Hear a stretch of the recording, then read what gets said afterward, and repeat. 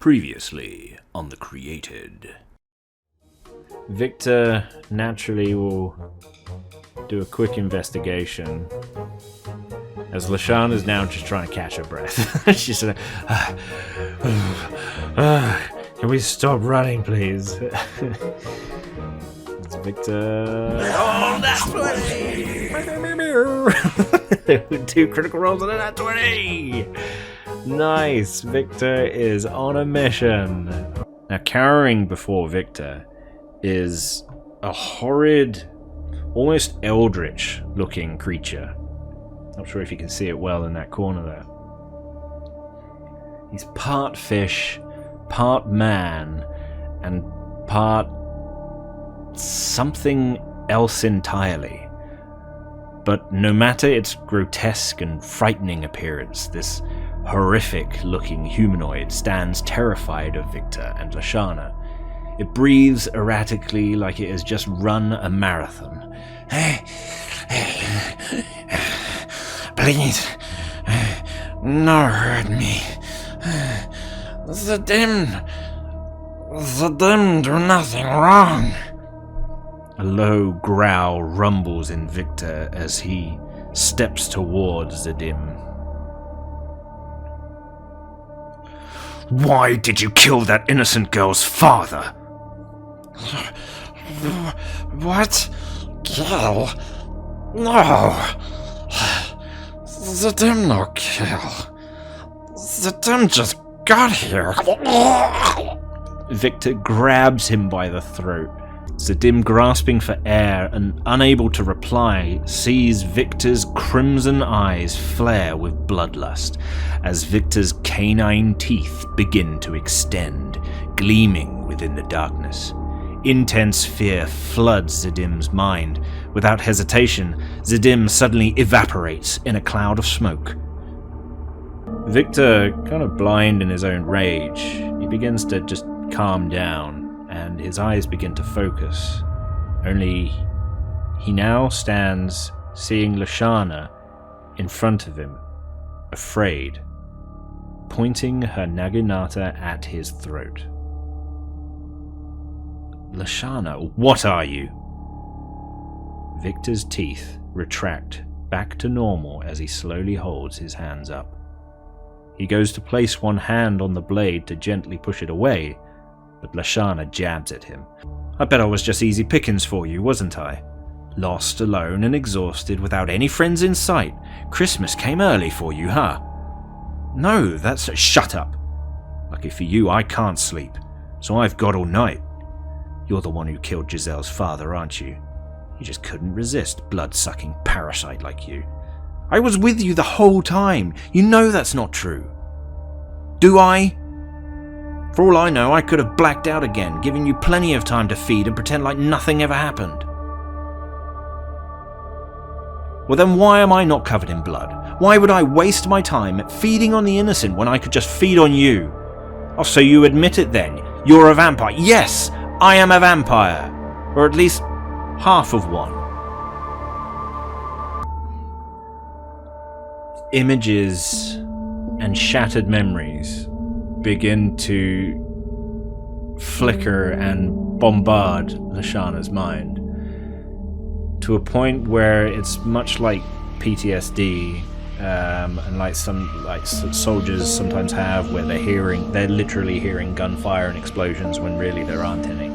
But she is hearing like just a cacophony of different voices and different memories trying to come through, but they're very short and broken and disjointed that she can't really make out any of the words that are coming through, or really make sense of any of it, that it just gets so too overwhelming for her, and that she ends up feeling very dizzy and drops her naginata to the ground. She's still holding it, but her arm has dropped down as she loses balance for a moment and gets really dizzy holding her head.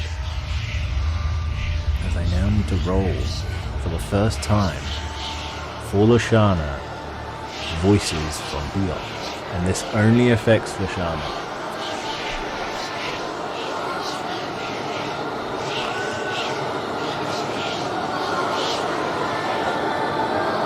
Charlotte, follow my voice.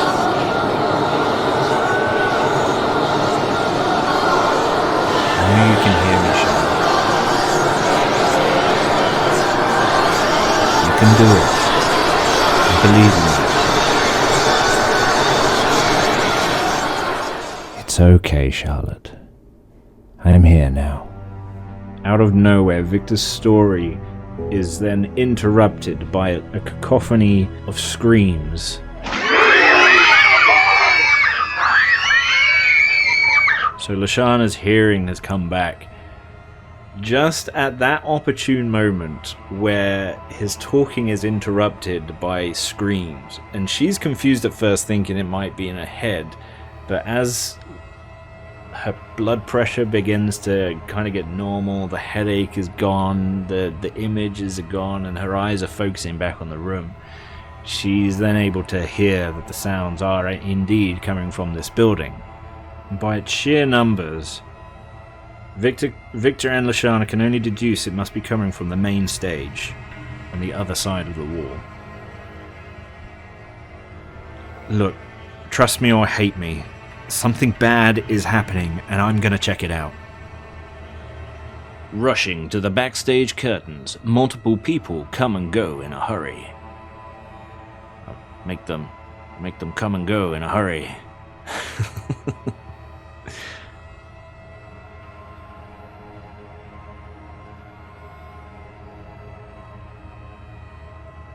Okay, I think you get the point.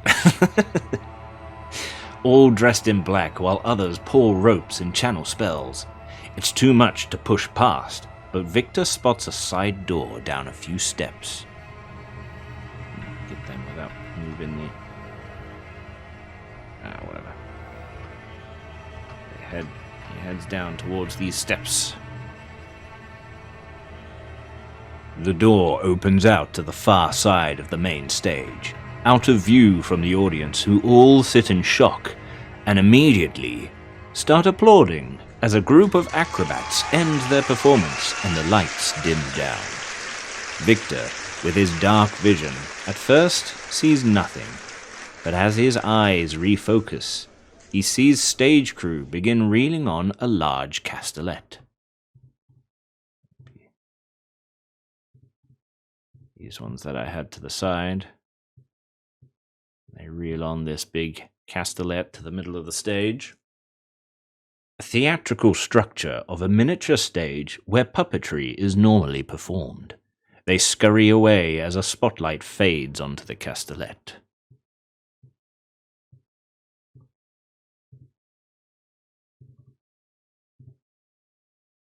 So these black lines are like black curtains on the far corners of the stage that they're hiding behind. A voice bellows from the stage. Ladies and gentlemen, boys and girls, it's the moment you've all been waiting for. Back on stage to see off the Festival of Bambine after a long hiatus. The man loved by many generations, including yours. Give a big warm welcome to Giuseppe! The crowd roars with cheers and applause as a jolly elderly man, dressed in a glittering sequin waistcoat, dark purple shirt, black shoes and trousers, walks across the stage waving to the audience. Ciao, buonasera, buonasera. Che bel pubblico. What a beautiful audience. I have missed you so much. Grazie, grazie. Oh, mamma. It has been a long time. Perception check. Okay, perception check from Victor.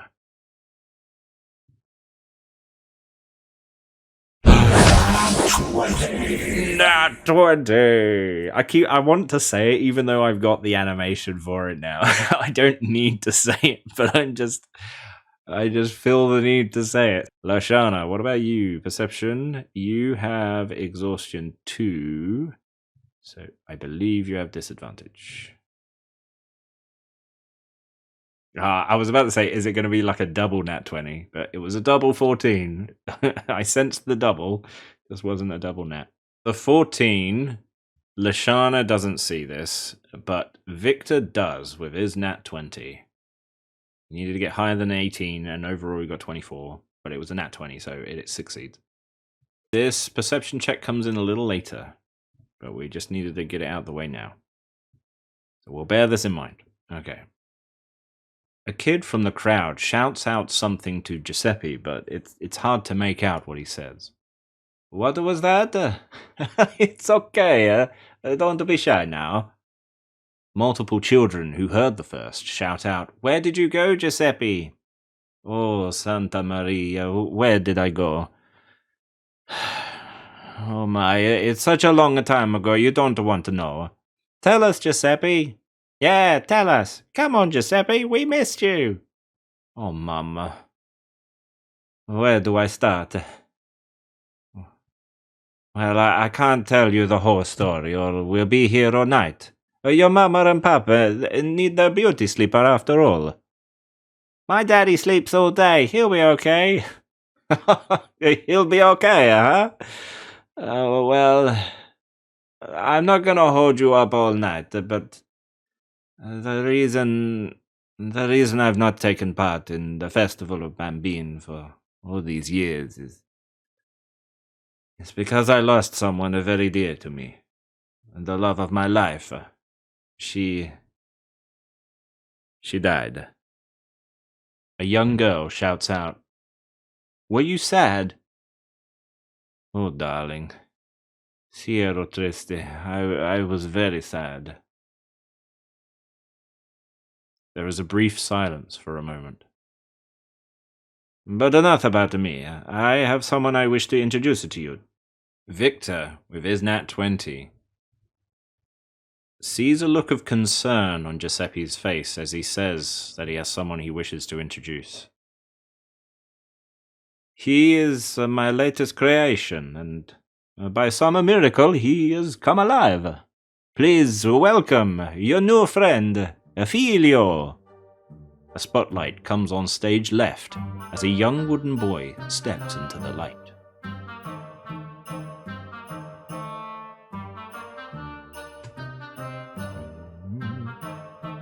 His movements are eerily a little paranormal as he walks without strings.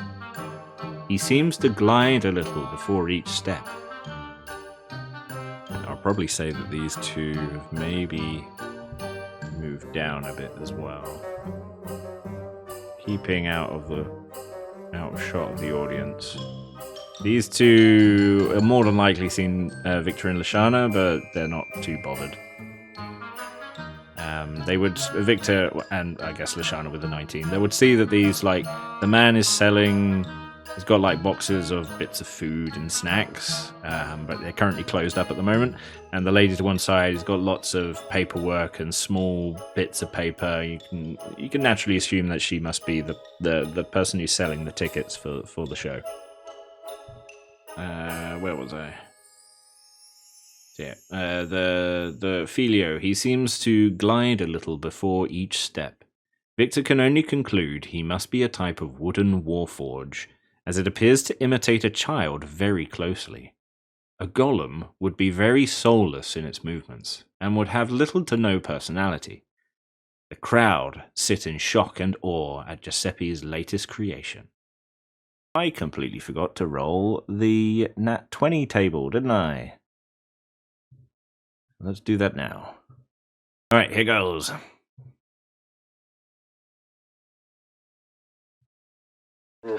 Baboons! Roll on the boon table. The word boon to me sounds like it's bad, but it's actually a good thing. So it's basically a bless. Alright, what baboon does Victor get? A boon of... Was it... Where? Lashana... Why is Lashana wrong? Oh, because I've got it clicked on her token, I think. A boon of luck. This is for Victor, not Lashana. You can add a d10 roll to any ability check, attack roll, or saving throw you make. You can use this boon 1d4 times. Ooh, very nice. That's certainly going to come in handy later. Just the once. That's fair enough. That's fair. So he basically has a d10 inspiration die. Hi everyone, I'm Figlio.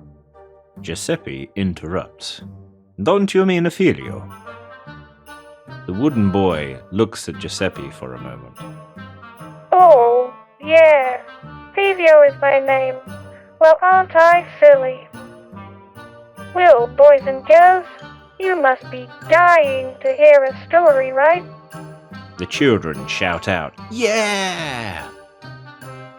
Well, alright then. Come on down to the front so you can all hear. Any adults in the front 6 rows can get off their arse and pick a different seat. Giuseppe interjects. Now, Figlio, be nicer to our guests. Oh, I'm sorry. My bark is worse than my bite. Get it, kids? A child shouts out, Is it, because you, because you're made of a tree? Yeah, see? The shy kid gets it. As the adults finish swapping seats with the children, Giuseppe has brought a stool onto stage and sat down behind the castellet.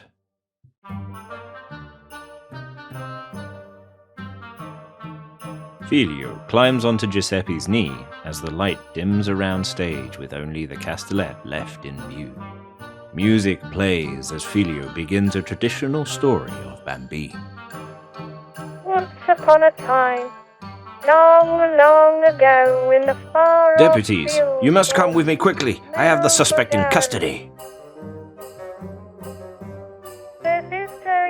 Sure enough, Aldo, the inspector we hoped never to see again, is standing beside Victor and Lashana. Come with me to the station, quickly now. Aldo ushers the team towards the side exit.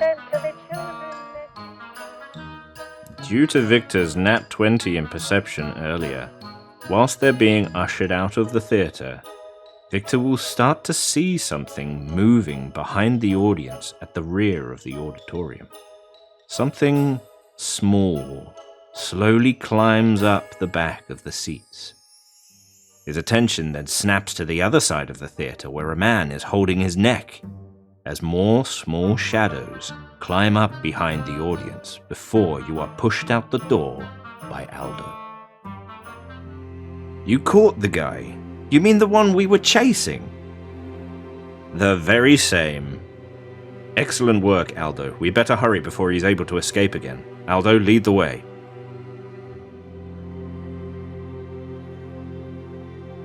The group begin running towards the Odier police station, and it's not long before they arrive, and as Aldo mentioned earlier, the police station is practically empty. Literally every officer on duty has left, and Aldo truly is the only man working. He leads Victor and Lashana down a corridor and towards their interrogation rooms. Okay, deputies, this is it. That monster is just on the other side of this door. Who's coming in with me? Lashana letting out a big yawn. Not me, I'm knackered. I'm gonna go find some coffee. You have good berry machines, right? Yeah, just head back to the entrance and there will be one in the waiting area near the reception desk. Okay, great. So, Victor, it's just you and me. Right, you be good cop and I'll be bad cop. Just don't do anything to startle him. I won't let him slip through my fingers again. Don't worry, Victor. It's the oldest trick in the book. I'll line him up and you knock him down. In case I accidentally hover over Lashana, she's left the area, so I'll move the token down. Aldo winks at Victor before grabbing his notebook and opening the door. You both walk in, and to Victor's amazement, it's not the suspect he thought it would be. He smells horrible, sure, but there's not a single scale on his body. In fact, sitting across on the other side of the room is the homeless man we saw earlier in the day. He squints at the two of you, almost gurning while he does it before giving a drunken and almost toothless smile. Aldo, can I talk to you for a moment? Aldo slams his notebook down on the desk in front of the drunken man. Why did you do it? Hey, come on, man. Why so angry? You killed him, didn't you? Confess! Aldo. Aldo. Aldo! Victor grabs his arm and pulls Aldo out of the room. I didn't do nothing, man. I don't know what you're talking about. They both stand just outside the door as Aldo calms down. Was it too much? Yeah, just a bit. Sorry, I got quite the rush of adrenaline. I guess I got... The lights begin to flicker. Distracted? The lights flicker again. Aldo, are the lights here electrical or magical? They're magical, why? Because magical lights don't flicker. As soon as Victor says that, the lights go out. All is silent. Hey, what's going on, man? It's all right, sir. Just a power cut. We'll get it fixed in no time. Just sit tight until we get back, okay? Perception check from Victor. 13. The DC was 10. He succeeds. Victor starts to hear erratic movements coming from the interrogation room. The sounds of a struggle before it comes to a complete stop. Sir? Aldo asks. Aldo, stick close to me. I can't even see you. Aldo reaches out blindly until finding something to hold on to. Okay, I got you. Aldo. Yeah? Your hand is on my crutch. Aldo whips his hand back. Oh god, I'm so sorry. Grab hold of my coat. I can see in the dark, so I'll take the lead, alright? Alright, yeah, sure. Victor unsheathes his sword and slowly heads towards the interrogation room. Now closer, Victor can hear gentle movements within. With the door slightly open, Victor can see a dark figure low down to the ground. Soft, abated breath can be heard, followed by the disturbing sounds of something feeding. He reaches towards the door.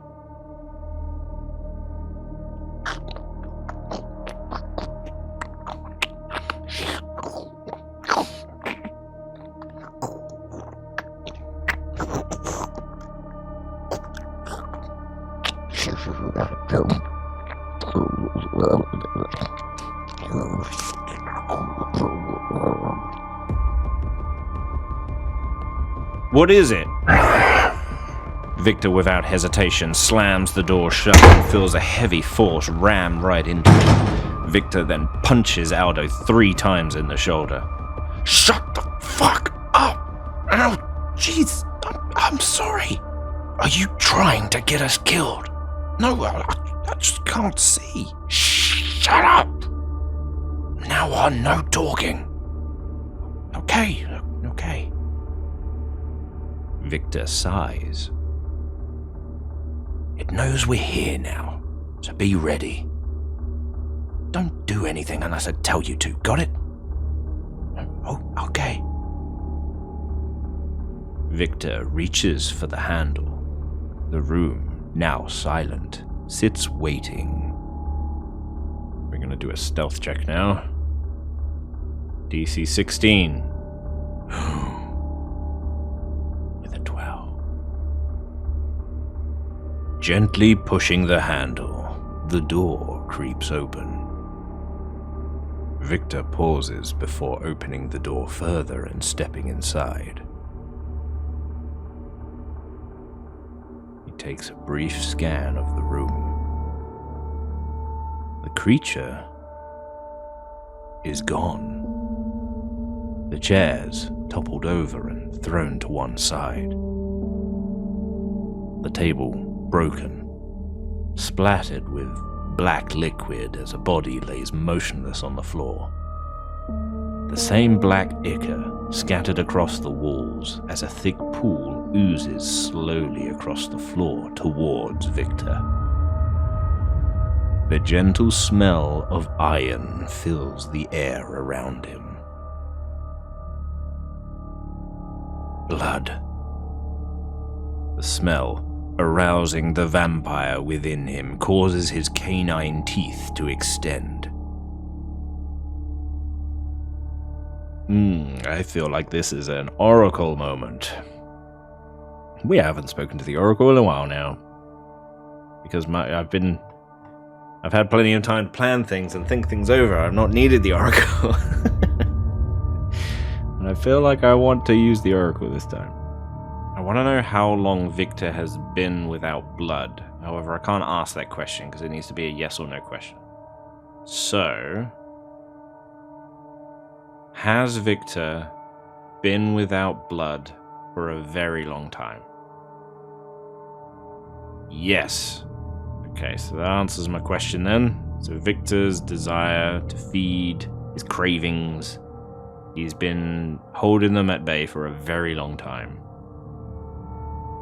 So it must be starting to get difficult now. Alright, so as Victor has been without blood for a very long time, he's been holding it off, he's been fighting his urges. He's going to need a constitution check, and it's going to be a difficult one. At a DC of... I'm going to say his actual constitution, which is 17. So he needs 17 or more to hold back his urges to feed. 19! Okay, it was still a result of a 19, even though last time it was a roll of a 19, but a result of 22. But you got 19, so that is a very decent roll. You needed a high number, and he got it. So he manages to hold back the urge.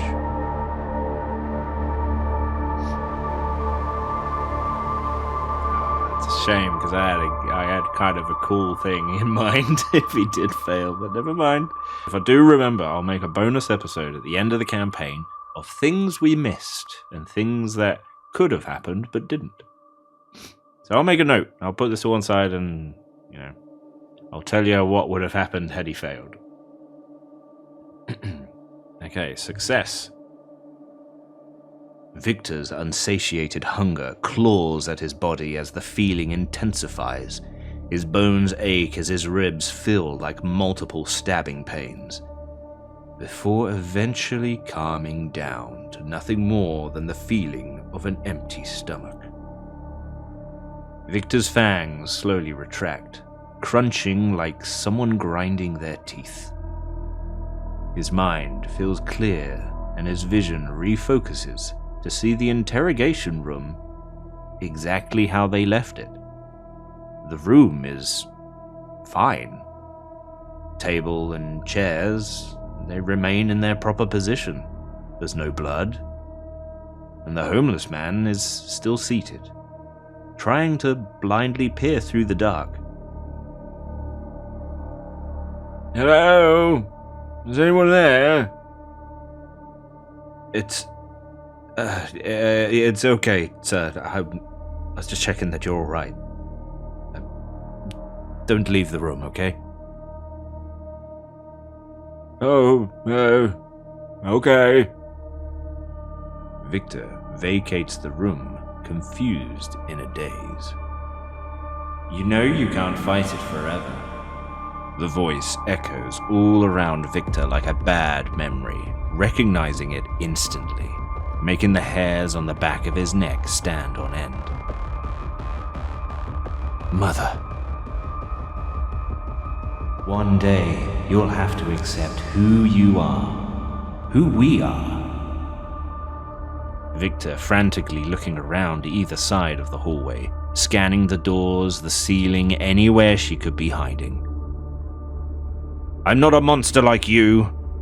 Oh, but you are. You'll see. Her voice eerily travels down the hallway.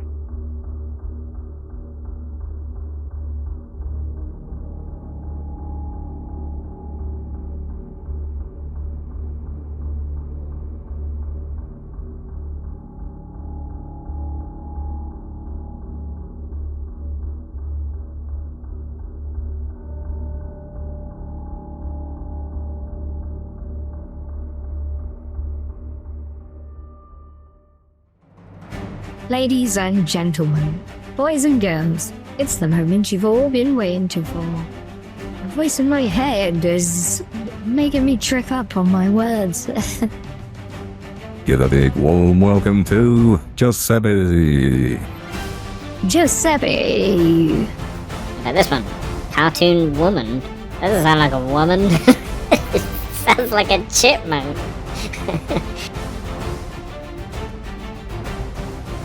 I didn't even roll. That just went plump 19. I didn't even roll. I kind of want to do that again. I didn't even roll. Let's do that again.